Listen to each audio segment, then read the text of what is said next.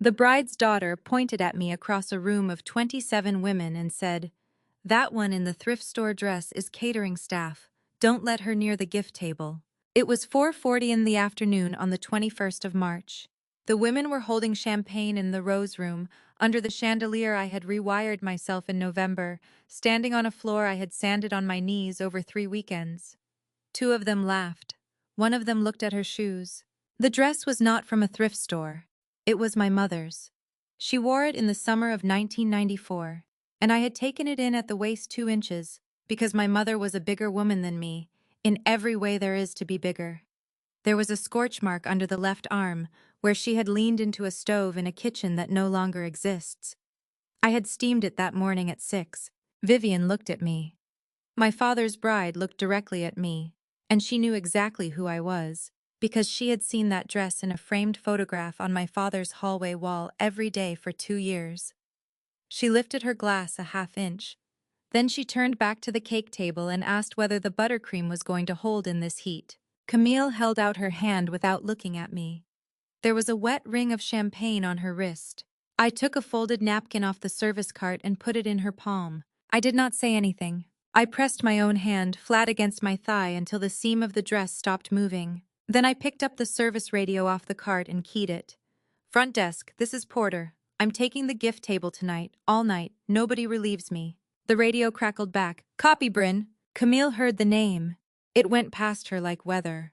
She shoved a green leather binder at my chest, the kind with a zipper and a strap, fat with paper, and said, "Hold this and don't open it, and if I find one thing out of order, I'm calling whoever hired you." I held it. The ceremony started at 6. My father cried at the second reading, which surprised nobody who has ever met him. Vivian's dress had a train that took 2 women to manage, and Camille managed one of them, and the light through the west windows came in gold because I had scheduled the ceremony for that hour on purpose back in January, when I still thought I was giving my father a gift. The toast was at 8:15. My father stood up with a glass in his hand, and his tie already loosened, 61 years old and pink in the face, and he looked out over 104 people in a room that smelled like lilies and beef, and he said, "Before anybody else talks, I want my daughter up here. Bryn, come up here." The room turned. I walked the length of the aisle between the tables in my mother's dress with the green binder under my arm, because Camille had never come back for it, and I climbed the 2 steps to the head table where the bride sat. Camille's face changed on the last step, not at me, at the thing I was carrying. She leaned toward her mother, fast, and her voice came out too loud for a whisper, loud enough that the microphone on the stand picked up the front half of it and pushed it into every speaker in the room.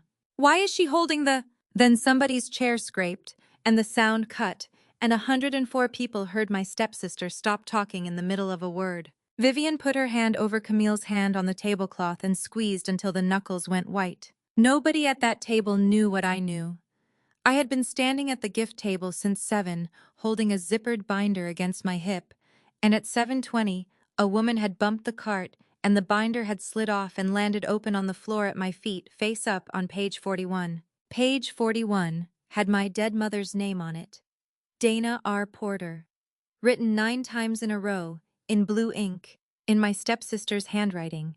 The way you practice a word for a spelling test. My mother had been dead for 3 years and 19 days. I took a photograph of that page with my phone while I was picking it up off my own floor, and then I zipped the binder, and then I stood at the gift table for 4 more hours and smiled at 104 people, and the whole time the only question in my head was a simple one. Not whether, not who. What did she put that signature on? My name is Bryn Porter. I am 29 years old, and I own the building that most of my family believes I clean. If you have ever been the one who stayed, the one who did the months nobody counted, do me a favor and tell me in the comments where you were standing the day somebody decided you were the help. And if you want to hear how a green binder took a whole family apart from the inside, stay with me, because this takes a while, and I'm going to tell you all of it. Here is what you need to know before we go further, and I will keep it short, because the story is not in the past, it is in what came after. My mother's name was Dana. She was left-handed. She grew dahlias on 11 acres out on County Road G14, a field her own mother had bought in 1968 for the price of a used truck, and in August that field turned into something people slowed their cars down for. She had a greenhouse out there with a cracked north wall and a brass tag on every row in her own handwriting. In July of 2021, she started dropping her coffee cup. By spring of 2022, her left hand had curled in like a sleeping animal. It was ALS. It took 19 months. I was 24. I had a job in Chicago doing procurement for a hotel group and an apartment with a dishwasher and a boyfriend who was almost a fiancé. I gave notice on a Tuesday. I moved into my mother's back bedroom on a Thursday. And because I am my mother's daughter, and my mother taught me that a thing you do not write down did not happen, I kept a notebook. 611 dated entries, medication times, suction times, what she ate and what she could not, which days she could hold a pen and which days she could not, what she said while she could still say things, and then what she blinked after. She died on the 2nd of March, 2023 at 52. At the funeral, my aunt told me I looked tired. My father hugged me and said, "You did good, kiddo." And then he went outside to talk about the Hawkeyes with 3 men from his shop. Nobody ever read the notebook. My father put the box it lived in out on the porch with the other things, and I carried it to the greenhouse myself and set it on the potting bench, and for 3 years I did not open it. In April of 2024, I bought Hollis House at a sheriff's sale for $214,000. It is a 9-room brick inn from 1891 with a ballroom and a bad roof, and I owe $186,000 on it. And I do the linens myself on Tuesdays because payroll is a math problem I lose every month. My family calls it Bryn's Project. My father tells people I work at a hotel. My grandmother Nell is 84. She is my mother's mother.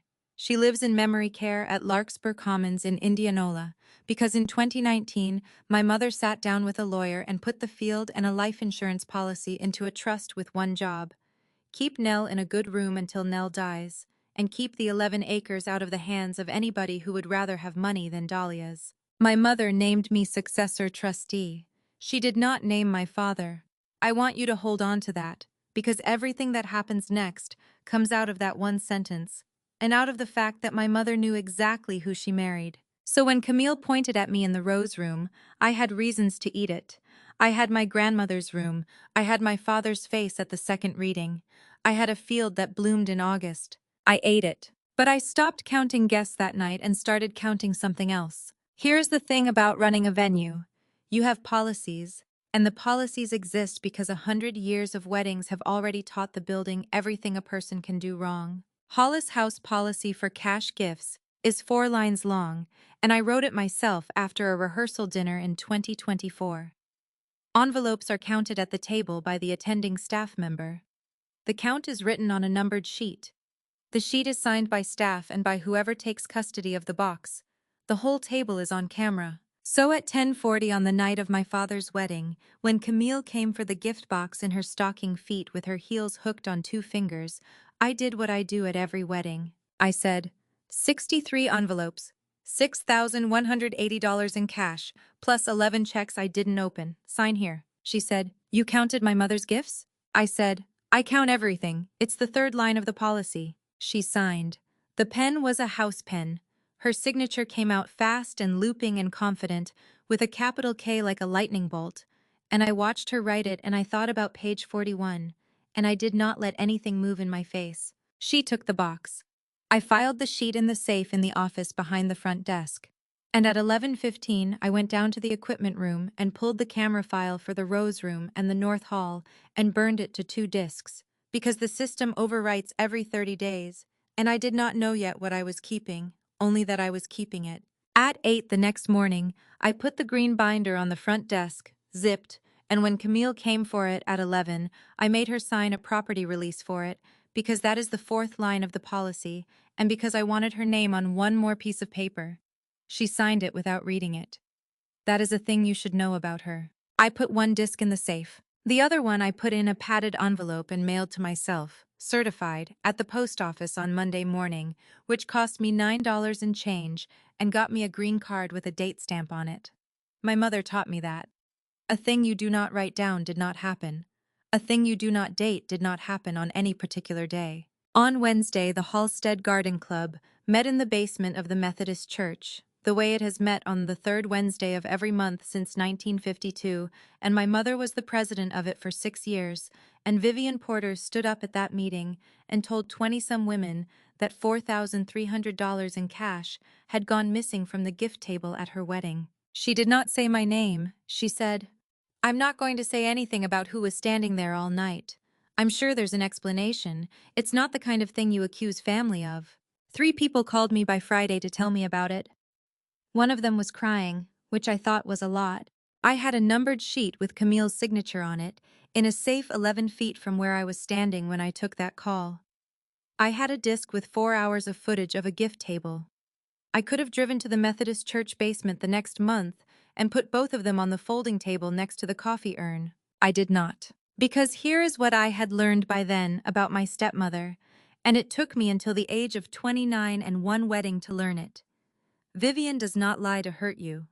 Vivian lies to find out how much room she has. Every lie is a survey stake.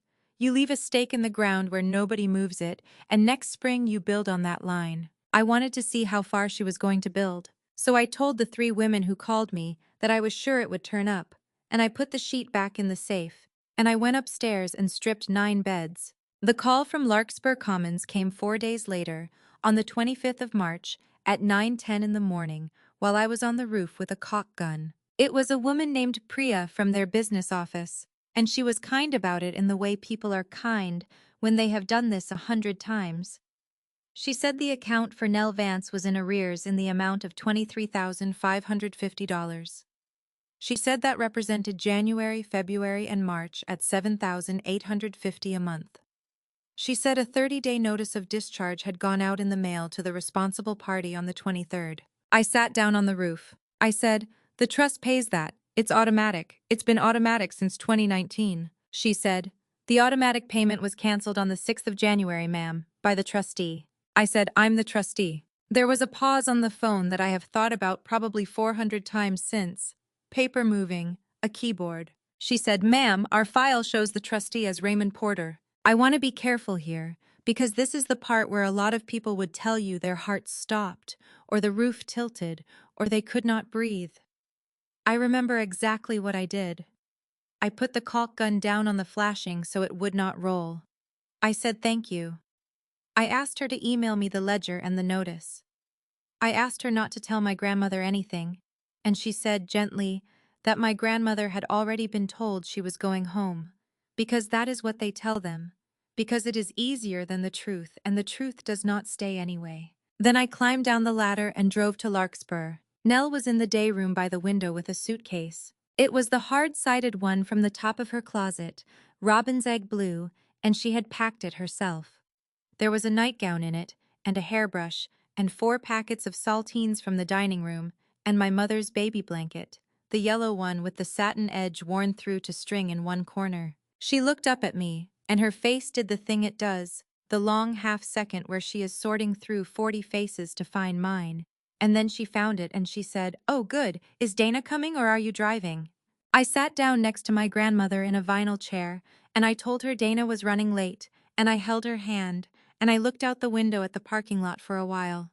Then I went out to my car, and I called Hale and Rennick, the law firm in Indianola that drafted my mother's trust in 2019, and I asked to speak to whoever had the Porter file. The paralegal who took the call put me on hold for 6 minutes. When she came back, she said an attorney would need to call me. When the attorney called me, 90 minutes later, he was very careful, and careful is its own kind of answer. He said, "Ms. Porter, our file reflects a First Amendment to the Dana Porter Family Trust. Under the amendment, the successor trustee is your father." I said, "My mother amended her trust." He said, "That's what the document says." I said, "When?" He said, "It's dated September 8, 2022. Out the windshield, a man in a green vest was pushing a resident in a wheelchair across the lot toward a van, very slowly, stopping every few feet to point at things. I said, "Where is it recorded?" He said, "There's a memorandum of trust recorded with the Warren County Recorder in January, Book 2026, page 118. Ms. Porter, I'd suggest you retain your own counsel." I thanked him and hung up and sat in that parking lot with my hands at 10 and 2 on a steering wheel that was not moving. September 8th, 2022. I did not have to look that date up. I want you to understand that. I did not have to check a calendar or call anybody or go find a box.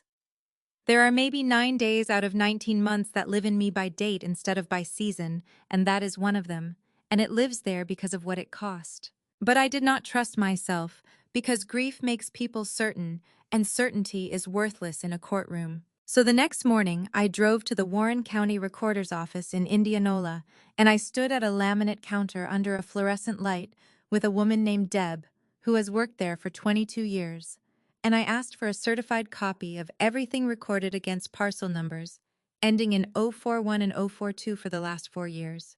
It cost me $2 a page, 58 pages, $116, and I put it on a card that was already unhappy with me. Deb stamped every page with a raised seal and a purple ink stamp and slid the stack across the counter and said, "You want a bag?" I said, "No, thank you." I read them in my car in the municipal lot with the engine off and my coat still on. There it was. First Amendment to the Dana Porter Family Trust. 4 pages. It removed me as successor trustee and installed my father. It converted my grandmother's lifetime right to care from mandatory to, quote, discretionary, at the sole judgment of the trustee. And it added a paragraph authorizing the trustee to sell the real property held by the trust to any purchaser, including, quote, an entity in which a beneficiary or family member holds an interest. Down at the bottom of page 4 was my mother's signature. It was beautiful, smooth, right slanting, unhurried, every letter connected. The D looped exactly the way she looped it on the day she signed the original trust in the spring of 2019. And underneath it was a notary block. Personally appeared before me, Dana R. Porter, known to me on this 8th day of September, 2022, in Warren County, Iowa. Notary Public, State of Iowa. Commission number and expiration date, a stamp, and a signature with the capital K like a lightning bolt. I drove out to the field. It was the 27th of March, and there was nothing above ground yet. 11 acres of brown corduroy, with the tubers sleeping under it, and the greenhouse at the north end, with its cracked wall braced by a 2x4 I put there in October. Inside it smelled like wet clay and old redwood, the way it has smelled my whole life. The box was on the potting bench where I had left it in March of 2023. Cardboard, taped, with Dana. Home. Written on the side in my handwriting, because my father had written old papers on it in his, and I had crossed that out. I cut the tape with my house keys. 6 notebooks. Composition books, the marbled kind, 70 pages each, 99 cents apiece at the drugstore on Ashworth. I had numbered them 1 through 6 on the front in marker. Notebook 4 covered the summer and fall of 2022. I found the 8th of September on the recto side of page 30, and I read my own handwriting from 3.5 years earlier. And I read it out loud in an empty greenhouse because there was nobody there to hear it, and I needed to hear it in a voice. 6:50 a.m. left Halstead, M sleeping in back seat, Route 65 to I-35. 11:10 a.m. arrived Mayo Rochester, Gonda Building, check-in desk 8. 11:50 a.m. Page placement, procedure room 4. Consent required. M. Cannot sign. No grip either hand since 8:14. I signed as durable POA. Nurse witnessed. M blinked twice for yes. 4:30 p.m. recovery. M tried to write on the pad and could not close her fingers on the pencil. Asked me to write it for her. She wanted me to write, "Tell Bryn to eat something." 6 p.m. left Rochester. 10:40 p.m. home. On the 8th of September, 2022, my mother was 301 miles from Warren County, Iowa, under sedation in a procedure room in Olmsted County, Minnesota, with a feeding tube going into her stomach, and she could not close her fingers on a pencil. That afternoon, according to a notary block with a raised stamp on it, she personally appeared in Warren County and signed her name in a smooth right slanting hand. My mother was left-handed. She wrote left-handed for 52 years. There is a photograph in my father's hallway of her signing the mortgage on the house in 1999, with her left hand hooked over the top of the pen, the way lefties do, so they do not drag their palm through the ink. Whoever wrote that signature never once asked which hand she used. I sat down on an upturned crate in my mother's greenhouse with a composition book open on my knees, and I stayed there long enough that the light went orange and then blue, and I did not cry, and I am not telling you that to seem hard. I have cried plenty in that greenhouse.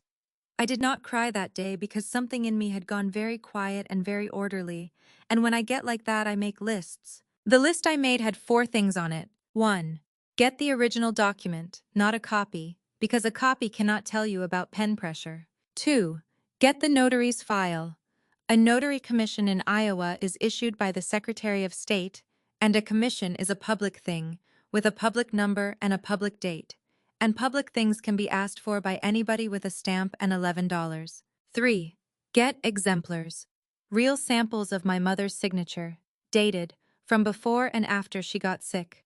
I had 6 notebooks, 41 hospice consent forms, and a birthday card from 2021 signed with a hand that was already starting to fail. 4. Find somebody whose whole job is to look at 2 signatures and tell a court which one is a lie. That last one took me 2 days and 100 phone calls worth of nerve. Her name is Ione Bracken. She is a forensic document examiner in Cedar Rapids, board certified, 29 years of it, mostly for county attorneys and 2 insurance companies. She charges $340 an hour, and she asked me 11 questions before she agreed to look at anything. The 11th question was, "Do you want an answer or do you want the answer you already have?" I said, "If my mother signed it, I want to know that too." She said, "Good, send me everything, including the things that hurt your case." I sent her everything. And then I did the hardest thing in this whole story, which was nothing. For 3 weeks I did nothing that anybody could see. I hosted a 50th anniversary party for a couple from Milo. I fixed a water heater.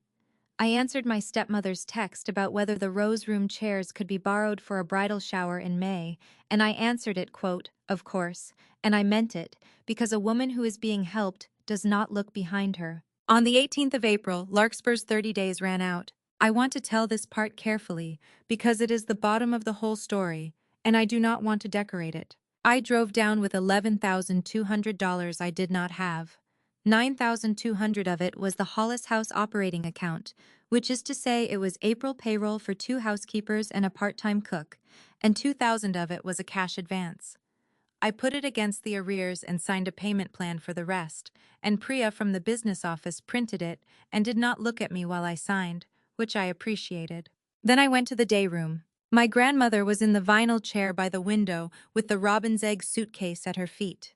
Somebody had unpacked it and she had packed it again. She was wearing her coat indoors. She said, "Is it today?" I said, "Not today, Gram." She said, "They told me I was going home. Dana's got the room ready." I said, "Not today." She looked at me for a long time, and then she reached over and put her hand on the suitcase, flat, the way you steady something on a car seat when you take a corner, and she said, "All right, I'll leave it packed." I told my 2 housekeepers on Monday that payroll would be 4 days late, and I told them why, most of it, and Rosa said, "Ay, mija," and made me eat a tamale standing up in the kitchen, and Denise said nothing and worked her shift and left $100 in cash in the office drawer with a sticky note that said, "Pay me later." And I put it back in her locker on Wednesday, and neither of us ever mentioned it. On the 24th of April, I drove out to the field at 7 in the morning to turn the water on for the season. There were survey stakes in my mother's beds, 20 some of them, wooden lath with orange ribbon, in a line that ran from the road right through row 9 and row 10, and somebody had driven a truck down the middle of the field to set them, and the tire ruts went straight over the tubers. There was a laminated sign zip-tied to the gate, Ashcraft Development Group, Preliminary Site Plan, and under it, in smaller type, a project name. Highway 92, Self-Storage Phase 1, 240 units. I pulled the stakes, all of them.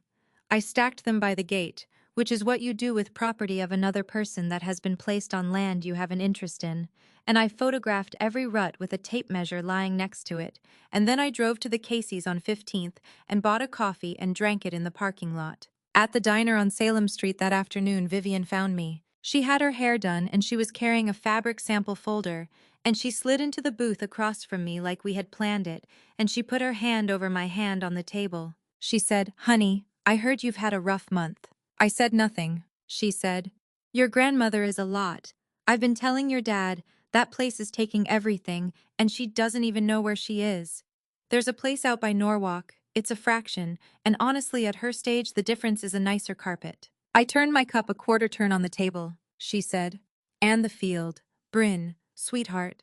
Nobody's making money on 11 acres of flowers. Your mother had a hobby, and it was a beautiful hobby. And now there's a man who wants to put something useful on it and pay for it. She patted my hand twice. Your father signs Friday. I wanted you to hear it from me because I know how you are about that place, and I didn't want you to find out from a sign on the gate.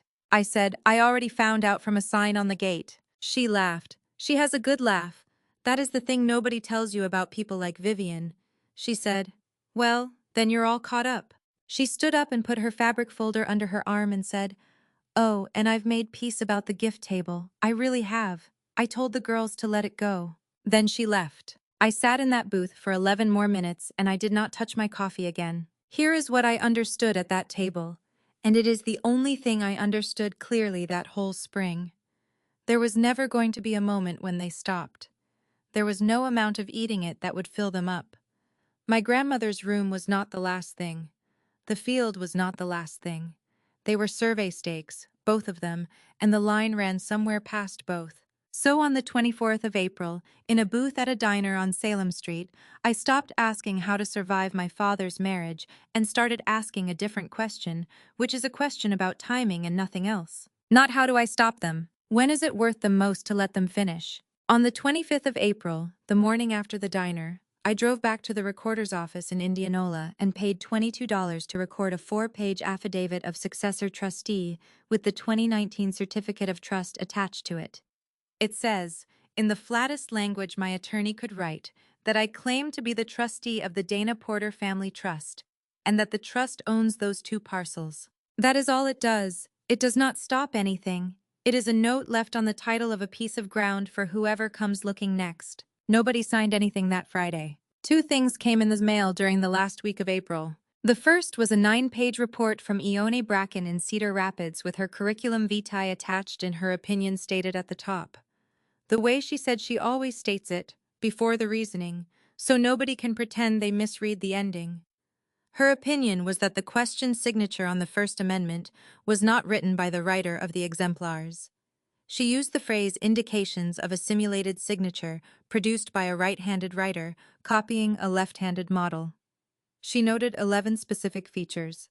My favorite one, if you can have a favorite one, was that the question signature had no tremor at all, and every genuine exemplar dated after July of 2022 had tremor in it, because my mother was dying, and dying showed up in the ink. The second envelope was from the Secretary of State's office, and it contained a certified copy of a notary commission record. I did not open that one for 2 days. When I did, I read one line of it, and then I slid it back in the envelope and put the envelope in the safe. And I did not tell one living person what that line said for 16 days. Then, on the 29th of April, my father called me, and he was using his phone voice, the one he uses with the parts supplier, and he said, Vivian's got an idea, and I think it's a good one. Sit down with us. So I sat down with them. We did it at their kitchen table, which used to be our kitchen table, in the house my mother painted the trim on in 1999. Vivian had made coffee and put out store cookies on my mother's blue plate. Camille was there too, with a legal pad, and her daughter Wren was on the porch swing outside the window with a phone and a pair of headphones, 11 years old and in the flower girl dress she had apparently refused to take off since March. Vivian had a folder. She slid it over. Family Settlement Agreement. 6 pages. In exchange for a full and final release of any claim I might assert against the Dana Porter Family Trust or its trustee, the trust would bring the Larkspur Commons account current and prepay 24 months of care. Camille said, the title company got confused because you recorded some affidavit. This just cleans it up. I said, the title company. Camille glanced at her mother. Vivian said smoothly, there's a purchase. You know there's a purchase. I let it sit for a second. I said, 24 months. Vivian said, 24 months in writing. My father was looking at the middle of the table. He said, it's a good deal, kiddo. It's the best thing for Nell. And I did the thing that I think about more than any other thing I did that spring, and I want to be honest with you about how it felt, because it did not feel like winning. It felt like swallowing a stone. I picked up the pen. I said, okay. Vivian's whole body changed. You could see it. Her shoulders came down an inch and her chin came up, and she reached across the table and squeezed my wrist and said, "Oh, honey. Oh, I'm so glad.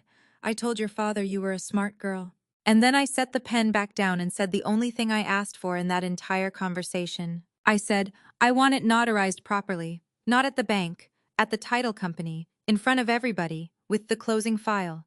And I want Camille to do it." I looked at my stepsister and I made my face soft. "You're family now. It should be family." Camille sat up straighter than I have ever seen her sit. She said, "I mean, obviously I can do that." Vivian said, "That's lovely." My father said, See how that works out?" We set it for the 5th of May at 10 in the morning at Meridian Title Guarantee on North Buxton in Indianola. Now, I need you to understand what I did and did not do, because a lot of this story is about people who cut corners, and I was not going to become one of them. I did not lie at that table. Nobody asked me if I believed the amendment was genuine, and I did not say that I did. I did not forge anything. I did not record anything false. I did not tell my father a story about my grandmother that was not true. I signed a real release of my own claims, with my own name, in my own hand, at a real closing table. What I did was choose the room and the day, because a title company is not a kitchen table. A title company is a corporation that issues an insurance policy, and to issue that policy, an underwriter has to build a file, and into that file goes every instrument in the chain of title, certified, including a First Amendment to the Dana Porter Family Trust, dated the 8th of September, 2022. And on the settlement statement of that same closing goes the name of the buyer, which was not Ashcraft Development Group at all, and I did not know that yet.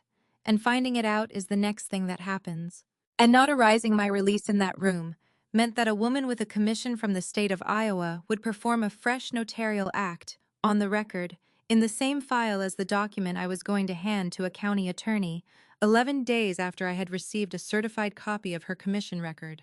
On the 5th of May, we all sat at a long table with a plate of shortbread on it, and a closer named Randall who talked about the Cubs. My father signed 19 times. He did not read any of it. I watched him not read it. He initialed a page about proceeds distribution without moving his eyes across the line, and he looked up at Vivian afterward for approval, like a kid handing in a spelling test, and she gave him a little nod, and something in my chest that had been holding on for 2 years quietly let go of the rope. I signed once. Camille notarized my signature. She was so pleased. She had a new stamp with an embosser, and she pressed it down with the heel of her hand and blew on the page. She said, "There, now everybody's happy." Vivian hugged me in the parking lot and told me she had always known I was the sensible one. I drove 4 blocks to the post office on Howard Street, and I mailed a padded envelope, certified return receipt requested. Inside it were 9 pages from Ione Bracken, 58 certified pages from the Warren County Recorder, a certified copy of a notary commission record, with a date on it, 2 photographs of page 41 of a green leather binder, with metadata, a photocopy of page 30 of a marbled composition book, number 4 of 6, in my handwriting, dated the 8th of September, 2022. The address on it was the Warren County Attorney, Financial Crimes. Meridian Title had a 15-day underwriting window on the file. I only needed 9. For 9 days, my stepmother was the happiest woman in Warren County. She posted about it. There was a photograph of the field taken from the road with the stakes back in it, because Ashcraft's crew came out on the 7th and set them again. And the caption said, quote, "Sometimes you have to be patient with people who are grieving, but it all comes together." 41 people liked it. 2 of them were women who had called me crying in March. On the 8th of May, she booked a 12-day Alaska cruise for the last week of June, an inside passage sailing out of Seattle with a balcony cabin, and she told my father it was their honeymoon and it was already paid for, $4,900. She told the garden club she got a deal. On the 9th of May, she moved my grandmother. I want to be very clear about the timing, because a county attorney later was too. On the 5th of May, the Dana Porter Family Trust signed a written agreement to keep Nell Vance at Larkspur Commons and prepay 24 months of her care. On the 9th of May, 4 days later, Vivian called Larkspur and gave notice. And on the 14th, a van from a place called Ridgeline Manor in Norwalk picked up an 84-year-old woman and a robin's egg suitcase. Nobody called me. I found out from Priya, who is not supposed to call me and called me anyway. I drove to Ridgeline that night. It smelled like bleach over something else. My grandmother was in a room with a window that looked at the side of a maintenance building, and the suitcase was open on the bed and half unpacked, and somebody had already lost the yellow blanket. And when I asked at the desk, a young man said they would look in the laundry. Nell said, "This isn't the room." I said no. She said, "Dana's going to be so mad." I sat with her until she fell asleep at 9:40. I drove home. I did not call Vivian. I did not call my father. I did not post anything, and I did not tell Rosa or Denise, and the only thing I did that whole night was open my laptop and look at a calendar and count forward, and then I closed it. Because here's the thing about a 15-day underwriting window that I had learned by then, and Vivian had not. Every single thing she did in those 9 days went into a file. The cruise went into a file because it was paid out of a trust account. The transfer of my grandmother went into a file because it was a written promise made on the 5th and broken on the 9th by the same signatory, and there is a phrase for what that is in Iowa Code, Chapter 235B, and the phrase is financial exploitation of an older individual, and it is not a family matter. Camille's caption went into a file. The stakes went into a file. Every one of those was something she chose to do while she was standing on ground she believed was hers. On the 14th of May, Meridian Title's underwriter pulled the Porter file out of the queue. I did not do that. I want that on the record. I never called Meridian. What I did was record an affidavit in April with the original 2019 certificate of trust attached, and title work is a machine, and machines find things. The examiner ran the chain, saw two competing claims to the same trusteeship, pulled the memorandum recorded in January, pulled the amendment attached to it, and did what examiners do, which is check the notarial act against the commission record. The commission record said, Camille Kessler Brandt was commissioned as a notary public in the state of Iowa on the 12th of June, 2023. The document she notarized was dated the 8th of September, 2022. She had notarized a signature 9 months before she was allowed to notarize anything. That is not a subtle forgery. That is a person who wanted a date that made her mother's story work and never once thought about her own paperwork, because people like Camille believe that documents are decoration. Meridian froze the file, flagged it to their fraud unit, and sent a letter to all parties. $60,000 of Ashcraft's earnest money on the second contract had already gone hard on the 1st of May. It sat in an escrow account that nobody could touch, and the seller could not deliver insurable title, and the buyer's option ran on a clock. The letter reached my father's kitchen table on the 16th. Camille came to Hollis House on the 17th of May at 4 in the afternoon, and she brought a Warren County Sheriff's deputy with her. We had a rehearsal dinner setting up in the Rose Room. Rosa was folding napkins. There were 42 people expected at 6. Camille came through the front door without stopping at the desk and said, loud enough for the whole first floor, I want the $4,300 you took from my mother's wedding, and I want it today, and this officer is here because I'm done being nice about it. The deputy looked like he wanted to be anywhere else. His name was Deputy Ellingson, and he was maybe 26. I said, come back to the office. Camille said, no, say it out here. She turned half toward the Rose Room, where Rosa had stopped folding. Say it in front of your staff. You've been stealing from a family that took you in. Took me in. I let that sit in the air for exactly as long as it deserved, which was about 2 seconds. Then I said, Deputy, do you want the count sheet or the video first? He said, the what? I went behind the desk and opened the safe, and I put 3 things on the counter. A numbered gift table sheet dated the 21st of March, listing 63 envelopes and $6,180 in cash, and 11 unopened checks, signed at the bottom by the person who took custody of the box at 10:40 p.m. A padded envelope still sealed, with a certified mail postmark from the 23rd of March and a green return card stapled to it. And a printed still frame from the North Hall camera, time-stamped 10:41, of Camille Kessler Brandt carrying a gift box out the side door with her heels hooked on 2 fingers. I said, the disc is inside the envelope. It's been sealed since March. I'd rather you open it than me. Nobody said anything for a while. Deputy Ellingson read the sheet. Then he read the signature on the sheet. Then he looked up at Camille and said, "Ma'am, is this your signature?"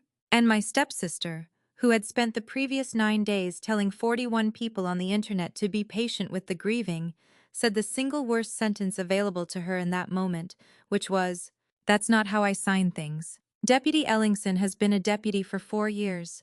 He has taken a report on a forged signature before. He wrote something in his notebook, and he asked me if he could take the envelope, and I said yes if he'd sign for it, and he signed for it on the back of a Hollis House business card, because that is what was there. Camille left. She did not take the box, and there was no box because there had never been anything to take. Rosa went back to folding napkins. 3 days later, the Secretary of State's office opened a file on commission number ending in 812, and the sheriff's office forwarded a report to the Warren County Attorney, where it landed on the desk of an assistant county attorney named Priscilla Odom, on top of a padded envelope that had been sitting in her intake pile since the 6th of May. She put the two together on a Thursday. I know the day because she called me on a Thursday, and the first thing she said was, "Ms. Porter, who else has seen the Bracken report?" I said, "You, me, Ione Bracken." She said, "Keep it that way for 2 weeks." Then she said, "Do you know who Kessler Grove LLC is?" I said, "No." She said, "You will." Kessler Grove LLC was organized in the state of Iowa on the 2nd of February, 2026, 7 weeks before my father's wedding. That is a public filing. It costs nothing to look at. Sole member, Vivian Kessler. Registered agent, a woman named Bonnie Tarrant, who is the office manager at Ashcraft Development Group. Kessler Grove LLC was the buyer at the 5th of May closing. The trust was selling 11 acres to my stepmother's own company for $275,000, supported by an appraisal of $268,000, and the appraisal had been performed by Ashcraft Valuation Services, which is Doyle Ashcraft, who is also the person Kessler Grove had already signed a purchase agreement with. That second agreement was in the Meridian file too, because the closer had to know where the money was going. Kessler Grove LLC to Ashcraft Development Group. $985,000, contingent on rezoning, closing in October. So the shape of it was this. My mother's 11 acres would leave the trust at 275 on a number produced by the buyer's own eventual buyer, and land at 985 5 months later, and the $710,000 of daylight in between would belong to a woman who had joined my mother's garden club in October of 2023.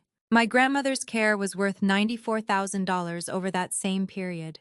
They moved her to save it. I did one thing with that, and I did it on a Sunday from my kitchen table with the ceiling fan on. I filled out a complaint form for the Iowa Real Estate Appraiser Examining Board. It is 4 pages. You attach documents. I attached the appraisal, the 2 purchase agreements, and the certificate of organization showing the registered agent. And I did not editorialize, because Ione Bracken had taught me in one sentence that the strongest document is the one with no adjectives in it. Doyle Ashcraft withdrew from the transaction 11 days later. I did not withdraw because of me. He withdrew because his errors and omissions carrier told him to, the minute a board complaint touched a file with a self-dealt appraisal in it, and because 240 storage units in a county where the rezoning hearing is public and the newspaper is small is not worth a suspended license. His crew came out on a Friday and pulled their own stakes, and they left the ruts. And that is when the whole thing turned, because up until then my father had been a man whose wife handled the paperwork. The letter from Meridian went to all parties. My father is a party. He read it 4 times at his kitchen table, and then he called Randall the closer, and Randall, who is not paid enough to manage a 61-year-old man's marriage, said the file was in fraud review, and he could not discuss it further, and gave him the number of the underwriting counsel. Then my father drove out to Hollis House at 9 at night and stood in my kitchen with his hat in his hands like a man in a bad play. He said, "Kiddo, what did you do?" I was wiping down the range. I did not stop. I said, "I recorded an affidavit and I signed your settlement agreement. What did you do?" He said, "I didn't do anything." I said, "Dad, on the 5th of May you signed 19 times in 40 minutes. He said, "That was closing paperwork." I said, "You signed a warranty deed conveying your dead wife's field to your new wife's company for $275,000. And then you initialed a proceeds page that sent 190 of it to a line of credit on your house. And in February, you signed a mortgage putting $96,000 against that same field from a bank in Winterset to make the payments on that line of credit. Did you read the proceeds page? He stood there in my kitchen. He said, there's a line of credit on my house. I put the rag down. $140,000 had been drawn against the house on 3rd Street between March of 2025 and February of 2026. 22,000 of it went to a wedding. 31 went to Camille's car and Camille's back taxes. Some of it went to a boat that got sold. Some of it went to a woman in Des Moines who does something to your face with a needle. My father had signed the note. His signature on that one is real. I have looked at it under a lamp more than once, and it is his hand, hurried, tilted, the way he signs the back of a check. He said, she said it was a construction loan for the sunroom. I said, is there a sunroom? There is no sunroom. He sat down on my kitchen stool and put his hat on the counter and put both hands over his face. And my father is not a crier, except at weddings and the second reading. And he cried in my kitchen for about a minute and a half, and I let him. Then he said into his hands, your mother would say I never read anything. And I said the only cruel thing I said out loud in this entire story. And I have made my peace with it because it was also true, and because he needed it more than he needed comfort. I said, Mom didn't say it. She just wrote a trust that kept the field away from you. Read the next page, Dad. He picked up his head. I slid the certified copy of the First Amendment across the counter, all 4 pages, purple stamp on every one. I said, page 4, the signature. He looked at it for a long time, longer than he needed to. He said, that's Dana's hand. I said, turn it over. On the back, I had clipped a photocopy of page 30 of composition book number 4 in my handwriting, 11:50 a.m., peg placement. Consent required. M. cannot sign. No grip either hand since 8:14. He read it twice, then he said quietly, where was she on the 8th of September? I said, Rochester, I drove her, I signed the consent, you were at the shop. My father sat in my kitchen and did the arithmetic that a man does exactly once in his life. And I watched him do it. And it took him about 40 seconds to get from the paperwork to the marriage, and the last thing he said before he left was not about Vivian at all. He said, how much are you into Larkspur for? I said, 11.2 and a payment plan. He said, I'm going to fix that. He could not fix that. He had $140,000 of somebody else's spending strapped to a house he was about to lose. But I let him say it, because it was the first sentence out of my father's mouth in 3 years that had my name inside it and nobody else's. In the second week of June, Priscilla Odom subpoenaed Hale and Rennick. She was not after the trust. She already had the trust. She was after something duller than that, and it is the thing that took the whole story off the rails. It had been running on since March, and I did not see it coming, and neither did anybody else. Every law office in America runs a document management system, and every document management system keeps an access log. Who opened which file, from which workstation, on which date, at which minute. Nobody thinks about it. It is the plumbing. Camille Kessler Brandt worked at Hale and Rennick from August of 2022 to March of 2024 as a legal assistant. She was let go, and the reason in her personnel file was, quote, unauthorized after-hours access to client matters, which is a sentence written by somebody who did not want to write the other sentence. The log showed that on the 11th of June, 2023, at 6:51 in the evening, from a workstation in the Indianola office, the matter file for Porter, Dana R., trust was opened and remained open for 51 minutes. 3 documents were sent to the print queue that evening. The certificate of trust, the schedule of trust property, which lists 11 acres by legal description, and a life insurance policy in the face amount of $312,000. And the obituary, which was in the file because the firm had been notified of the death. My mother had been dead for 3 months and 9 days. 4 months later, in October of 2023, a woman named Vivian Kessler paid $25 in dues and joined the Halstead Garden Club, which meets on the 3rd Wednesday in the basement of the Methodist Church, and which had a vacant chair on its board that year because the woman who had held it for 6 years had died in March. She took my mother's seat. By the following spring, she was running the Dahlia table at the county fair, and there is a photograph of her holding my mother's purple ribbon from 2021 for a variety. My mother developed herself and named after her own mother, a dark red one she called Nell's coat. And in July of 2024, at the fair, on a folding chair under a tent, My father met a lovely woman who knew an unbelievable amount about the flowers his late wife grew. I have thought about that tent a great deal. He did not stand a chance. That is the part that makes it hard to be angry at him the way I would like to be angry at him.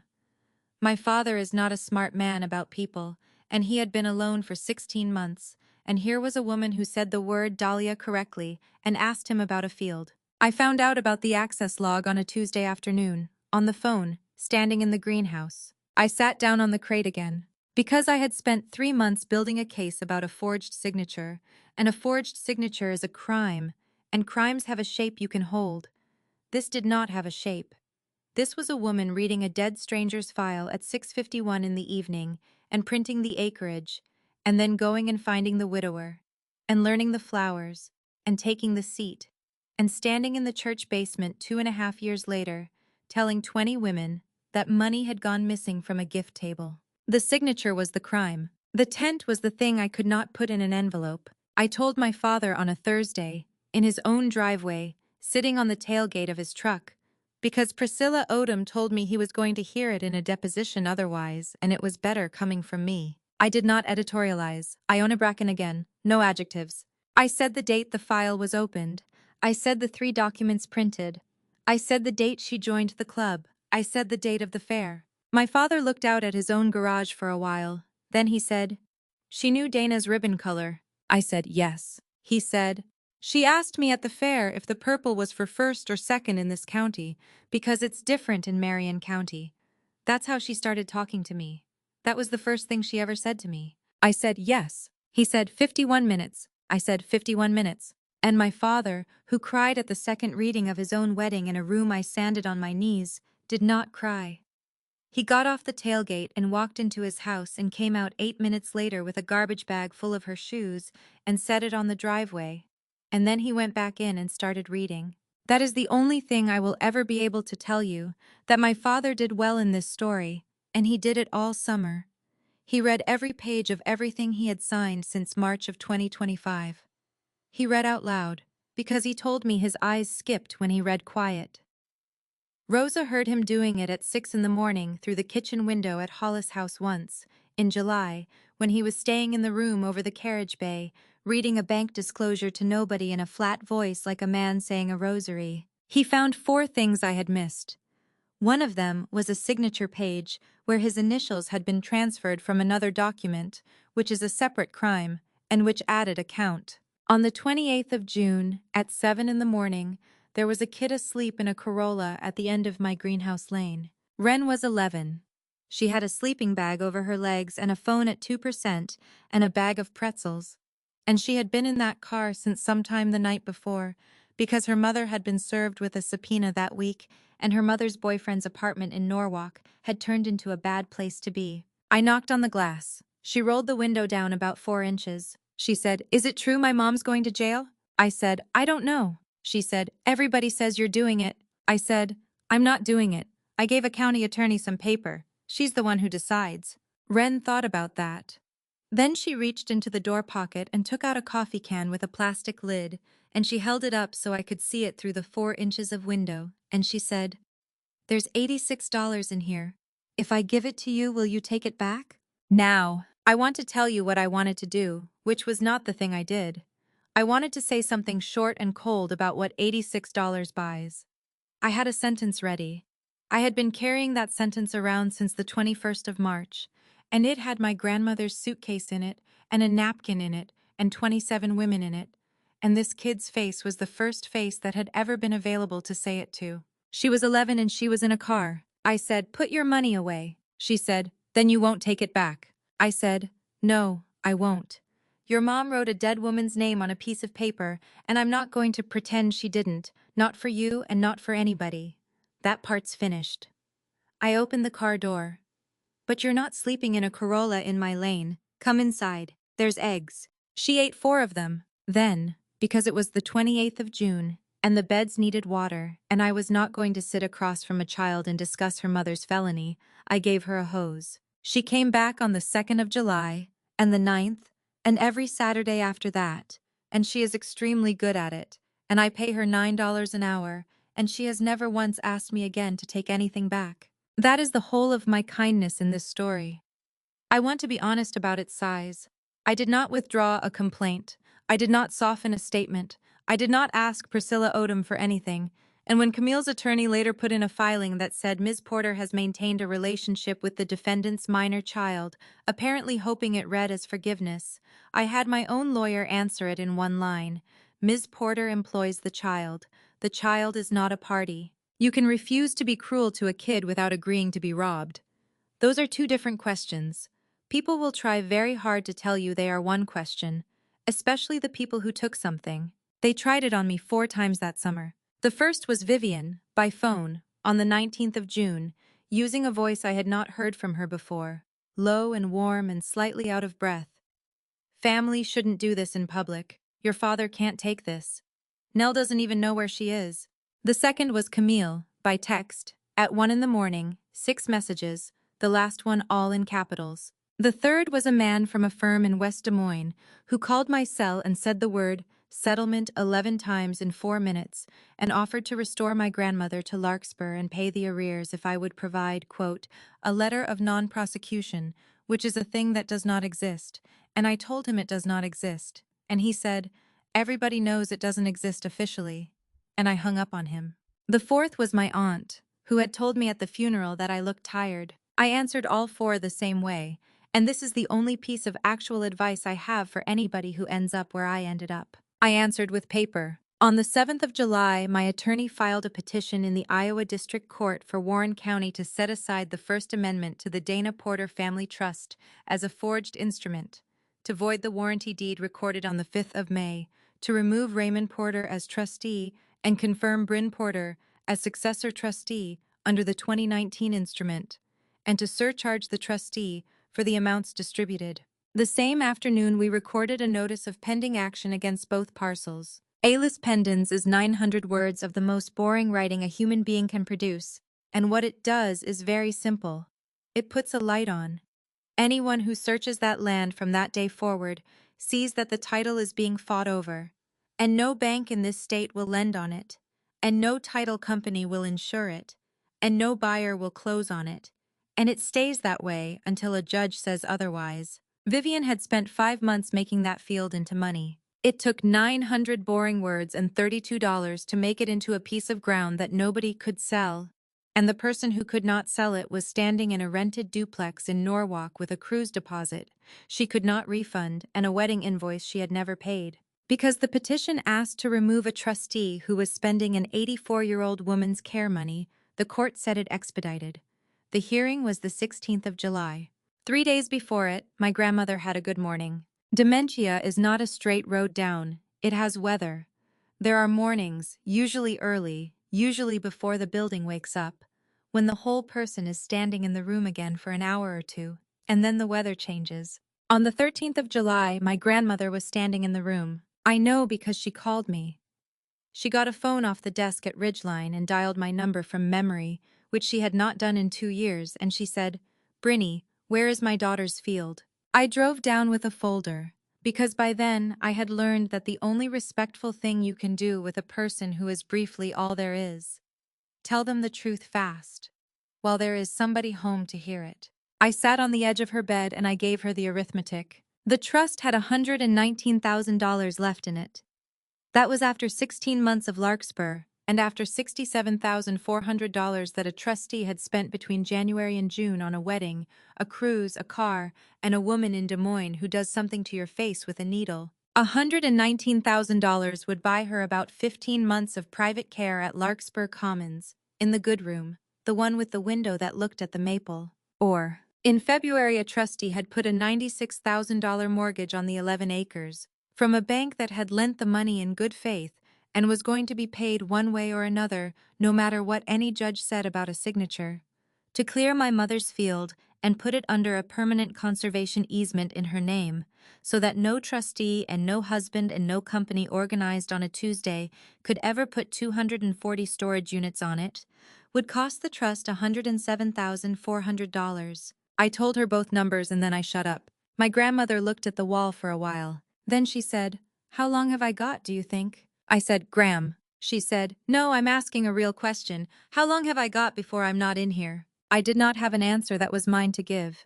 I said, I don't know. The doctor says it moves. She said, it moves. She smiled a little bit. It surely does. Then she said, put it in the field. I said no. I want to be clear that I said no, out loud, twice, and that I said it with my voice coming apart, which had not happened in front of anybody since the 2nd of March, 2023. I said, that's your room, that's your bed, that's the whole reason Mom did any of it. She built the entire trust to keep you in a good room. And my grandmother, 84 years old, in a room that looked at the side of a maintenance building, in a cardigan somebody else had buttoned wrong, said the sentence that ended the argument. She said, honey, I already spent my daughter. I'm not spending her field too. Then she said, besides, I'm not going to remember the carpet. We did it correctly, because doing it correctly was the only protection any of us had. Her physician did a capacity evaluation on the 14th. The court appointed her a lawyer of her own, a woman named Harriet Boone, out of Indianola, who has done nothing but elder law for 31 years, and who spent 2 hours alone with my grandmother before she would put her name on anything. Harriet asked her the same question 9 different ways over 2 mornings and got the same answer every time. She got it in writing on a Good Morning, witnessed, and she filed it with the court on the 15th, which was the day before the hearing. The hearing was at 9 in the morning on the 16th of July in the Warren County Courthouse, in a courtroom with bad air conditioning and a radiator nobody has taken out since 1951. I wore my mother's dress. Here is what happens in that room, and it took less time than you would think, because a case like this does not turn on speeches. Vivian's attorney moved to withdraw before anything else, citing an irreconcilable difference with his client regarding the direction of the representation, which is what a lawyer says when he has been lied to. The judge let him out. Vivian sat at counsel table by herself in a jacket the color of oatmeal. Hale and Rennick appeared by their own counsel to state that the firm had no record of preparing, reviewing, or transmitting any amendment to the Dana Porter Family Trust, that the document did not bear the firm's drafting footer, that the firm's file contained no engagement or communication regarding an amendment, and that the individual whose notarial act appeared on the instrument had been separated from the firm's employment in March of 2024. Ione Bracken testified for 55 minutes and did not raise her voice once. She had blow-ups. She showed the court a genuine signature from 2019 and a genuine signature from August of 2022, and she walked the judge through what a hand does when it is dying: the hesitation, the pen lifts, the blunt starts, the way the line thickens where a person stops to rest and cannot lift the tip. Then she showed the questioned signature, and it was smooth as a river, and she said the sentence that I think about when I cannot sleep. She said, whoever made this exhibit was copying a photograph of a signature. They were not copying a person. Then the Secretary of State's records came in, and the commission date, the 12th of June, 2023, and there is nothing anybody can say about that. It is arithmetic. 9 months of arithmetic sitting on a table. And then my father took the stand and he had the box with him. He had asked me for it a week before and I had almost said no. He identified it. He said it was his late wife's and that the writing in it was his daughter's, and the judge asked him to read one entry into the record, and my father put on his readers and turned to a page with a paperclip on it and read out loud, in a courtroom, in the flat rosary voice Rosa heard through the kitchen window. 11:50 a.m., peg placement, procedure room 4. Consent required. M. Cannot sign. No grip either hand since 8:14. I signed as durable power of attorney. Nurse witnessed. M blinked twice for yes. 4:30 p.m. recovery. M tried to write on the pad and could not close her fingers on the pencil. Asked me to write it for her. She wanted me to write, tell Bryn to eat something. My father took his readers off. The judge asked him if he had anything to add. And my father said, there's 6 of these. There's 611 days in them. Nobody ever read them, including me. That's my daughter's handwriting, all of it, and I wanted in the record that she wrote every page of it while the rest of us were somewhere else. I sat in a courtroom in my mother's dress with a scorch mark under the left arm, and for the first time in 3 years and 4 months, somebody in my family said out loud what the 19 months had been. My grandmother was not in the courtroom for any of that. Harriet Boone had her out on the bench in the hallway with an aide and a cup of the terrible courthouse coffee, because 84-year-olds do not sit through 55 minutes of forensic testimony, and because Harriet had already gotten what she needed on a Good Morning 3 days earlier. At the recess, Vivian came out into that hallway to use the phone. She was walking fast with her jacket over her arm and her chin up, and she went past the bench without looking, the way you go past furniture. And my grandmother said, "Vivian." Vivian stopped. Nobody had said her name in that hallway all morning. Nell was holding the coffee cup with both hands the way she does now. She looked up, and she did the long half-second of sorting, and then something in her face settled, and she was there. She said, "You wrote it with the wrong hand." Vivian said, "Excuse me?" My grandmother said. Dana was left-handed. She hooked her wrist over. She had ink on the side of her hand every day of her life, and I washed it off her for 18 years. She took a breath. You had her name, and you had her chair, and you had her ribbon, and you had her husband. You never once asked which hand she wrote with. Vivian said, "I don't have to stand here." And Nell said, "No, you don't." Then she turned her head and looked out the hallway window at the parking lot, and did not look back. And that was it. That was all of it. That was the last thing my grandmother ever said to my stepmother. Vivian stood there for about 4 seconds. Then she walked to the end of the hall and pushed the door open with her shoulder and did not use the phone. The judge ruled from the bench at 11:20. He found the First Amendment to the Dana Porter Family Trust to be a forgery and declared it void from its inception, as if it had never existed. He voided the warranty deed of the 5th of May and ordered the recorder to strike it. He removed Raymond Porter as trustee, confirmed me as successor trustee under the 2019 instrument, and entered a surcharge of $67,400 against the former trustee jointly with the party who received the funds. He entered an order approving Nell Vance's written direction as to the remaining trust corpus, after finding capacity on the record, and he said one sentence about it that I have written down. He said, "The court notes that the beneficiary has directed the trust to spend its remaining assets on something other than herself, and that this direction is knowing, and that the court has no authority and no desire to protect a competent woman from her own generosity." Then he referred the file to the county attorney, which was a formality, because the county attorney had been sitting in the third row since 9 o'clock. Priscilla Odom filed on the 21st of July. Camille Kessler Brandt, 2 counts of forgery under Iowa Code, Section 715, A.2, Class D felonies, plus 1 count of notarial misconduct, plus 1 count of financial exploitation of an older individual. Vivian Kessler Porter, 1 count of financial exploitation of an older individual, 1 count of ongoing criminal conduct, and 1 count of theft in the first degree. The arrest warrants went out on a Tuesday afternoon in July, and I did not go and watch, and I did not want to, and anybody who tells you they would have wanted to has never actually had a family. I was at the field that day. I was pulling ruts out of row 9 with a garden fork, one at a time, on my knees, in 91 degrees, because the tubers under those ruts had put up shoots anyway.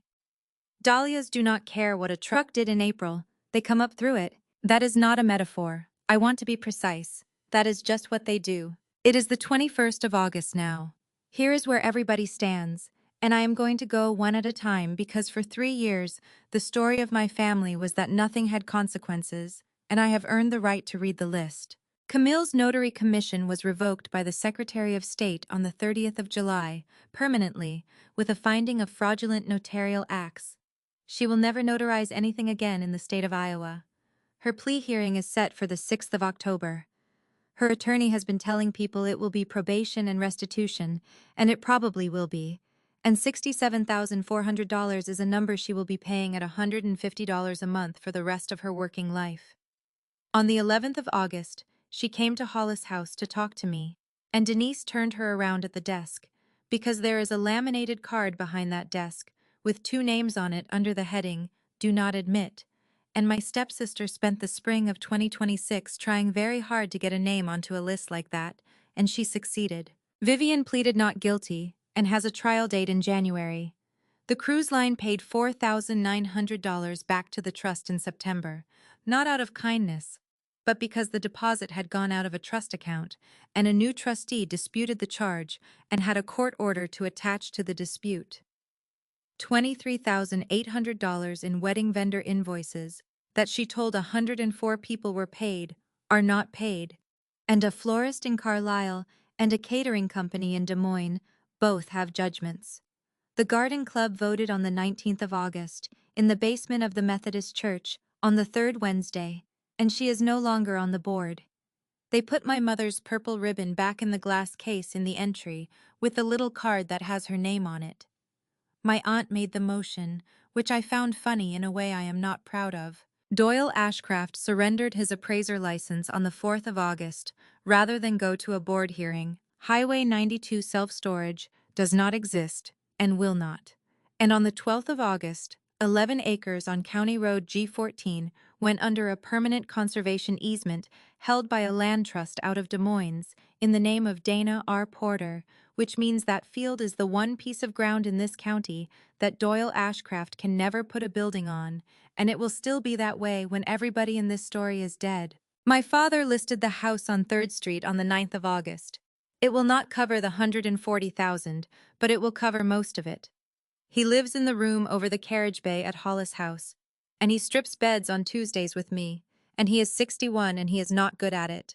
He reads everything out loud before he signs it. Every single thing. It took him 14 minutes to sign the listing agreement, and the realtor sat there the whole time and let him. My grandmother lives here now. There are 2 rooms behind the kitchen that used to be a butler's pantry and a laundry, and there is a waiver program in this state that pays for an aide 4 days a week, and my father does the other 3. He does her mornings. He gets her coffee at 6, and butters her toast, and buttons her cardigan right. And he does not always know what to say to her, so mostly he reads the paper out loud, which she likes, because she says he does the weather in a nice voice. Ren comes on Saturdays. She is 12 in November. She has decided she is going to grow Nell's coat, which is the dark red one my mother developed in 2021 and named after her own mother, and she has $41 saved toward a hoop house that costs $1,100, and I have not told her how far that is, because she'll figure it out, and because she is the only person in this story who ever offered me money she actually had. Her mother's case is her mother's case. I have never once discussed it with her, and I never will, and when she is older she will read the file if she wants to, and she will find that nobody lied to her in it. And I am the trustee of the Dana Porter Family Trust, which now holds 11 acres, a permanent easement, and $11,600, most of which is already owed back to me for what I put against my grandmother's arrears in April. The roof on Hollis House still leaks over the North Hall. I missed payroll twice this summer. Nobody is getting rich in this story. That is not what the field was for. Yesterday afternoon, my father and I put my grandmother in the front seat of the truck and drove out County Road G14 with the windows down. The 3rd week of August is the whole point of a dahlia field. Row 9 and row 10 came up through the ruts, crooked, later than the rest, and everything is 4 and 5 feet high, and there are heads on them the size of dinner plates, orange and white and a pink that does not look real, and at the end of row 9 there is a stake with a brass tag on it, and the tag says, Nell's coat. In my mother's handwriting, punched in with a letter stamp and a hammer in 2021, when her hands still closed. We got Gram into a folding chair at the end of the row. She had the yellow blanket over her knees, because it turned up in the Ridgeline laundry in June, and I have not let it out of my sight since. She looked at all of it for a long time. Then she said, "Is Dinah coming, or are you driving?" And I said, "I'm driving, Gram." And she said, "All right, take the long way." If you have been listening this whole time, you already know the part I have not said, so let me say it plain. I never raised my voice at any of them. Not once, not in the Rose Room, not in the diner, not in the hallway of the courthouse. I handed my stepsister a napkin, and I said nothing. And everything that happened to her after that, she did with her own hand, and I only decided what day the room would find out. So here is my question for you, and I would really like an answer, because I have not settled it myself. Was it enough to be quiet? Or should I have said something in that Rose Room, in front of those 27 women, in my mother's dress, the very first time? Tell me in the comments. I read them, all of them, usually at 6 in the morning before the linens. And if you have somebody in your life who thinks that the person doing the counting is the help, do me one favor. Write it down, date it, That is all my mother ever taught me, and it turned out to be the only thing any of us needed. Thank you for staying to the end of this one. Take care of the person who stayed. I will see you next time.